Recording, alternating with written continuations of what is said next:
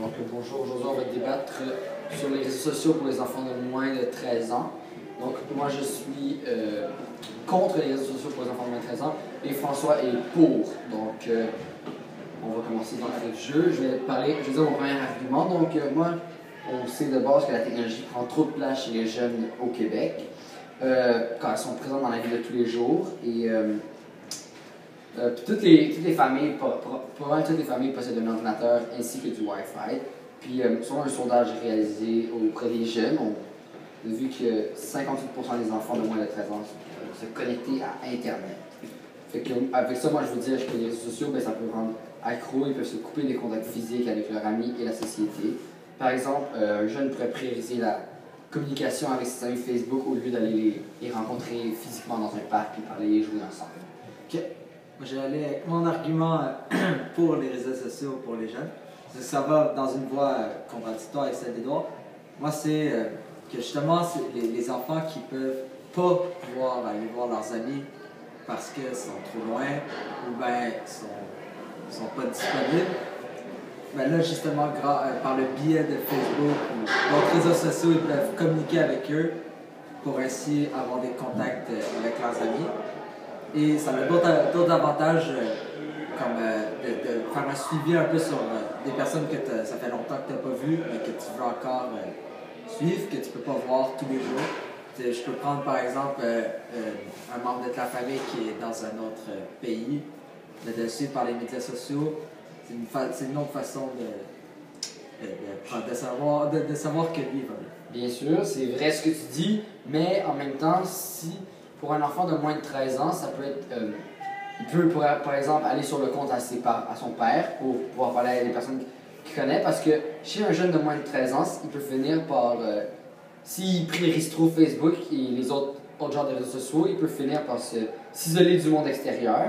Puis, genre, il n'y aura peut-être pas la capacité, genre, il n'est peut-être pas assez mature pour pouvoir gérer un compte. Et s'il n'arrête pas de passer du temps là-dessus, ça pourrait finir par s'isoler de la société et de la réalité. Ok, je suis quand même d'accord avec toi, mais quand on dit qu'on est pour que les enfants aient ça, c'est juste qu'ils puissent avoir accès et non avoir un accès total comme un adulte mature. Donc, il peut y avoir des restrictions et tout de même avoir son propre compte. S'il ne veut pas que ses parents voient tout ce qu'il fait, tout ce qu'il dit, il peut quand même avoir sa privé. Et en ayant cela, il ne va pas nécessairement se priver de tout contact. Il va juste avoir, il peut être limité par ses parents et avoir certaines heures où est-ce qu'il a le droit d'aller sur ses médias sociaux et parler à ses amis sans avoir à aller sur le compte de son père, qui lui peut-être qu'il l'utilise à des fins personnelles et que lui non plus ne veut pas que son fils voit ce qu'il fait. Ouais, mais si un enfant de moins de 13 ans parle à du monde, il peut toujours, sans le savoir, parler à quelqu'un qui se fait passer pour une fausse identité et qui pourrait lui donner, la personne avec la fausse identité pourrait finir par lui faire un guet-apens. Et par exemple, une jeune fille peut se faire prendre par un prédateur sexuel qu'elle pense que c'est juste un jeune de 12 et 13 ans qu'elle côtoie et qu'elle parle avec. Ouais, je suis d'accord, mais aussi, c'est pas de 13 à 14 ans, là, il n'y en aura plus. Donc, en fait, je comprends que c'est un petit peu plus à risque parce qu'ils sont plus naïfs, mais ça, encore une fois, ça peut être encadré par un adulte et quand même permettre à l'enfant d'avoir son compte. Et il y en a partout, puis tu peux pas bloquer ça en mettant un âge sur Facebook. À 15 ans aussi, tu peux le faire. Ouais, mais à 15 ans, tu vas être beaucoup plus mature pour réaliser cette situation avant d'aller rencontrer la personne. Tu vas t'assurer que c'est vraiment une vraie personne pour toi. Ce que tu pourrais oublier de faire lorsque tu as un âge inférieur à 13 ans. Quand tu as 13 ans, tu demandes à tes parents avant d'aller. Tu vas pas n'importe où comme ça sans que tes parents, ce serait pas de la faute nécessairement aux médias sociaux, mais de l'encadrement parental. Bref, finalement, je vais amener mon dernier point, mon dernier argument. C'est que les réseaux sociaux peuvent mener finalement à des cas d'intimidation partout dans les écoles du Québec. Et ça peut mener, par exemple, à une perte de confiance en soi. Ils peuvent se faire traiter de méchanceté, par exemple, des personnes qui sont plus rejet. Et c'est pourquoi Facebook peut atteindre des jeunes psychologiquement.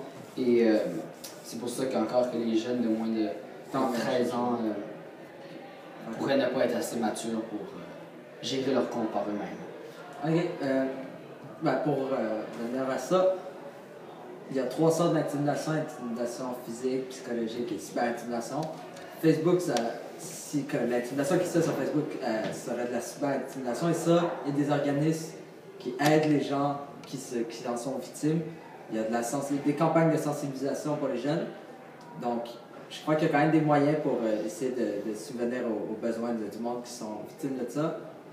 Et, je veux dire, comme toutes sortes d'intimidation, il y en a aussi pas par Facebook à l'école. Donc, je crois pas qu'en te faisant un compte Facebook, tu te mets nécessairement à risque de t'intimider. C'est comme dans la vie de tous les jours.